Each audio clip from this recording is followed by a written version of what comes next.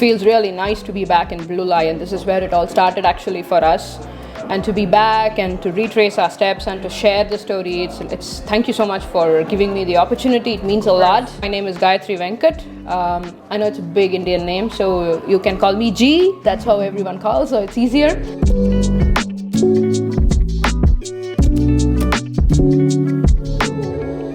I come from a family of doctors. My brother is a doctor. Everyone in the family is a doctor. I'm an oddball. I'm into engineering.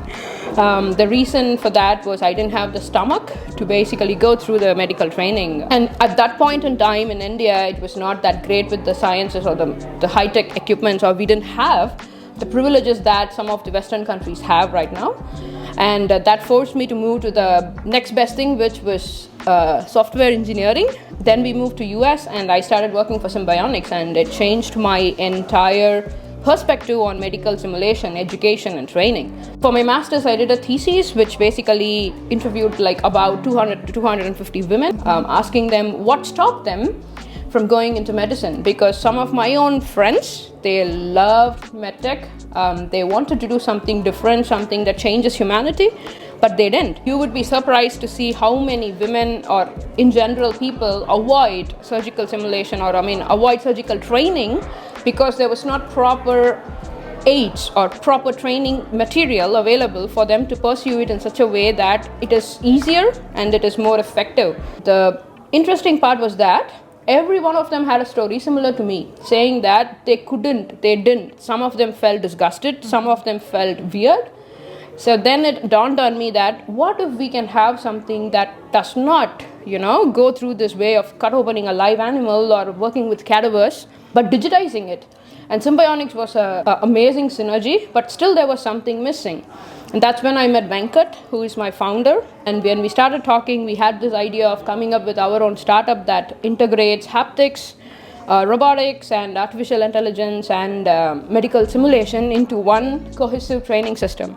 And that's how Simulatory was formed. Incidentally, we started in 2021, but we have been working on the idea since 2019. Ever since, it's been a wonderful journey, and we had the pleasure of being one of the Bluelion alumni, and it was amazing for us to go through the training sessions, learn about the ecosystem. So yeah, that's pretty much the origins and a little bit about us, my company and myself.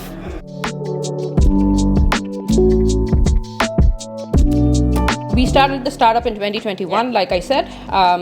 We did not take any external funding until now. It's all our own savings. It's bootstrapped. We pride ourselves on being able to run the company on our own and sustain it until this point. We waited for the right type of investors. We have one of the best investors we can ask for. Very supportive, excellent group of people. We are looking to close the round this fall. So right now there is this huge gap where even when the board certified surgeons, when they train, they are not able to get the proper operating room experience. What they have been given is this repetitive scenarios in the form of you go in, you do ABC scenarios, you score 90 percentile, you're done. We study in universities, that's not how it goes. Yeah. You are challenged at every point, but current medical simulations don't do that.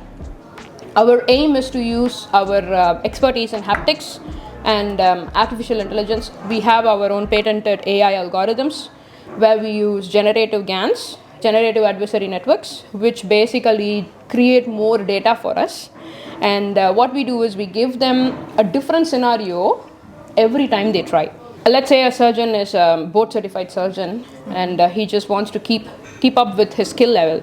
So he gets the complex cases. So the algorithm identifies his skill level, then challenges him and gives him a new scenario every time he tries. So this way, we are able to track the learning curve, give them proper metrics, all in a digital world.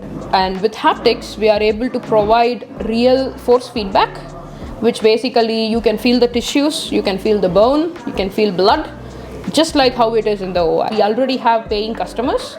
And we sold a couple of devices, and it's already very popular with the doctors, which is one of our best achievements.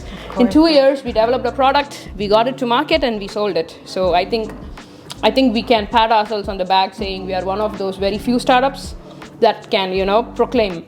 It took a lot of hard work, I'm not gonna lie. But yeah, we are very proud of how much we have come, and that's pretty much about the startup, where we are, what we did, and how much we have come. We are not into diagnostics, so where we are is surgical training, which is the first stepping block for any surgeon or any aspiring surgeon. So with that, the social impact that we want to make is, when a surgeon goes into OR, we want him or her to be so confident that they are perfectly able to handle any situation. Right now, there is this huge gap in training on latest methodologies, which is endoscopic. So the training that we are trying to address, or we are trying to cover, is what is called as endoscopic spine and brain surgeries. The incision is 7 millimeters. You can imagine how small that is. So the impact that we want to see is more doctors performing this kind of safe procedures.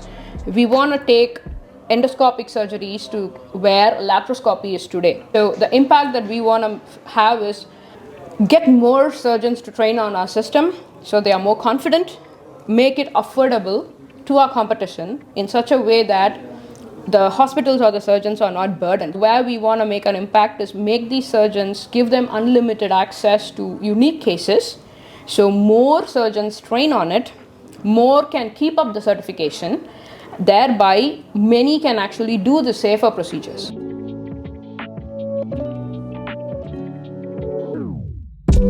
We have a hardware, you can see it on our website. That hardware was actually developed for a company called 3D Systems by my co-founder Venkat. So we basically took that knowledge, worked with 3D Systems. So that is the haptic device, and the POC part came in with the AI algorithms. Our algorithms are very unique because we basically strip data from existing patients because it's anonymized data, and we don't want to use real patient data. Even if it's anonymized, you are always in the search of going behind data to better your system. So we were thinking about ways how to generate our own data. So this is when we came across this GANs, generative adversary networks. So we developed in-house our first working prototype of the GANs around 2021, and we showcased this to our KOLs, and they really loved it. So they were amazed to see how we can integrate X-rays in the system itself, and also how the scenarios change for every trial, which was very unique for them. One of our KOLs was saying, you know what, we have never seen this. This is going to be a game changer. And if you set up a company, we would buy it from you. So this is for our first product called VR Spine. It is the endoscopic spine surgery simulator. And this product is out. It's commercially available for purchase.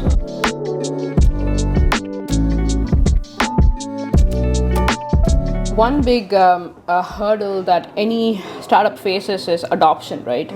So we were lucky in that phase because our VR Spine product, we had some market-driven traction, like we had the KOLs, and we had some of them very vocally talking about it in forums.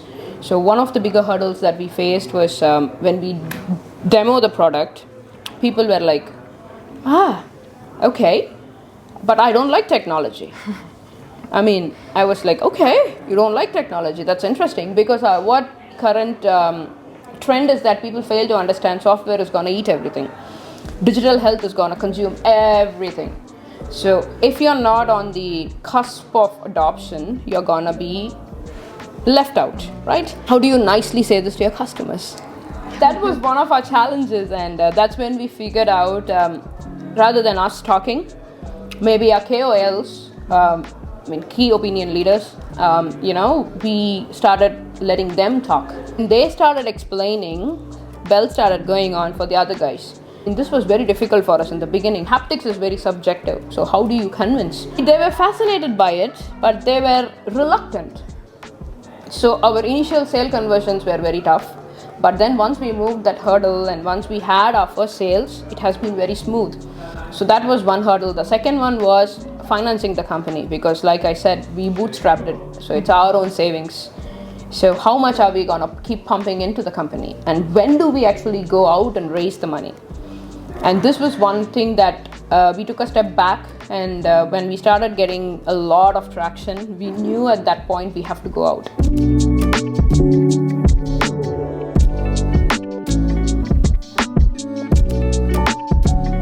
ChatGPT actually showed people the potential of AI. When we started out, when we did our demo days in Bluelion, when we said AI, people are like, AI. Because it's not something that you can see with your naked eye. So if it's a hardware or a phone, you said, this is a phone, you can see it. But AI, how do you, the method of expression changes. And then when this ChatGPT came into play in late 2022, we lucked out a bit, I would say, because we had plans to launch the product in Jan of 2023. And ChatGPT hit the right time, the timing was perfect for us. So we actually are talking to some of these foundations to see if, we can help them out and be part of some of their activities. So they are more receptive now. But even then, there are the subset of people who are still very reluctant and I would say a little afraid, because artificial intelligence, I don't understand it. So the problem is people are not able to grasp the idea. And to help them grasp it is you need some of these early adopters, like we call. And that is where you need to have a very strong backing, either from some of these organizations or from your KOLs, which luckily we had. And it has become much more easier. So there is still that reluctance, but it has changed a lot. The perspective is changing. And we are seeing a lot more positive impact or positivity from the customer side.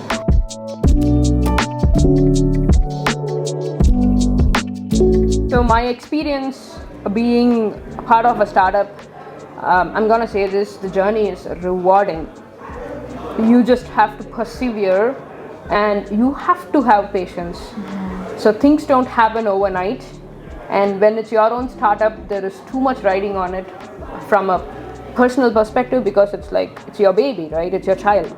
And when people call your baby ugly, you should be open to accepting the perspective and changing it. When I was part of the alumni program in Bluelion, one of the feedbacks that we got was that I should take up the CEO position because I'm more forward. Venkat is absolutely amazing person. He is excellent in his technical stuff. Our company would not have been where it is without him. But the personalities, but then when you go back to the drawing board and we started discussing about it, it's just not Bluelion or Miro or Nico. We got the same feedback saying that, you should come out and talk more. And that actually changed a lot of things for us within the startup. It took us 2 years to develop the product, to make revenue, and then get our investors. So you're not going to get financing like right off the bat. Like people are not going to be waiting with a tray full of money for you, right? That's not how life works. So that is one big thing that I learned the hard way. And we were lucky enough to have excellent investors now and very good support system. So wait for the right type of people who match your vibe or who actually you feel comfortable working with.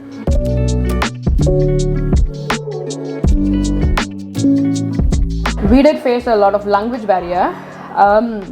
Not in Zurich though. Migration Arm, we had the best experience with them. They have been excellent. The settlements division in Zurich has always helped us be more comfortable because we are immigrants. And they have always followed up with us saying that, are you okay? Do you feel better? And Schlieren, our mayor, has been excellently very supportive. The language barrier, I did feel it sometimes, especially when interacting with some of the doctors. I felt if I knew the language, I could have been more personal with them in the sense, the conversations would have gone a little more deeper. But I'm trying to work, but that's on me. I'm in a country that speaks a different language, so I have to learn it. So I am putting that effort to learn it. That's another thing. You should basically get out of that shell and try to learn things. Since we are immigrants, we don't have our education in Switzerland. That is a barrier for us in getting investors from a different type of groups. We didn't have that luxury. So that the other startups had because they were a university spin-off. So that was one big hurdle that we faced initially to fuel the company. If someone else in our shoes who want to do this journey, they have to be ready to bootstrap at least for some time. That's all I'm going to say. This is my experience. Again, it's not a advice. But this is something that we faced. This is a real situation that we faced. So if you are starting a company in Switzerland, start it in Zurich. The funny advice that I tell people who ask me is that you got to have some gray hairs. That's like a rite of passage. It's true. At some point you get so stressed, and then you wake up one day with like, it's like, what happened to me? And then it goes like, yeah, my startup happened. It's a rewarding journey. If you want good support system, be in Zurich. Take the help of incubators like Bluelion and Zuribox and whatnot. They are the best you can get, because that helped us a lot, because we didn't have any universities backing us up. So this was our best bet, and we got in, and we are very thankful for the learnings, because without that we wouldn't know how to navigate the system here. I would like to take this journey as long as possible. There are going to be tough roads ahead, and for me personally, I want Simulatory to be the global leader, where we can pride ourselves in saying that we are the global leaders in synthetic patient data. And we also want to help get patients better, train these doctors, or give them more confidence. And this is one of our mission statements that we have been telling them. We want to create a better standard for surgical training. As for Simulatory, I think the company itself is very well poised for excellent growth.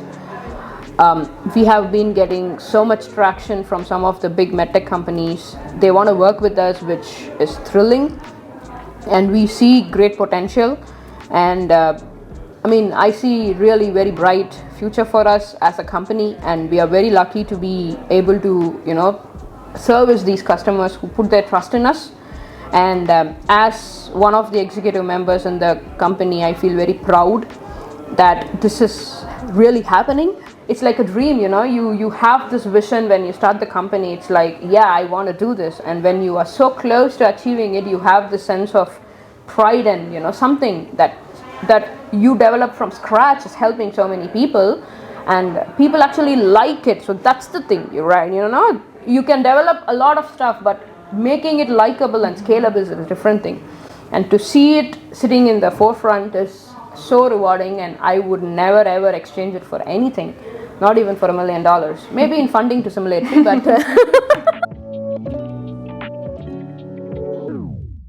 the pleasure is all mine. Thank you for giving me the opportunity, and it's always happy to be back at Bluelion and talk about our experience. We learned from here, which is, it's very rewarding, and we have been very vocal about in our circle saying you guys have to apply and take these things. It's been very rewarding for us.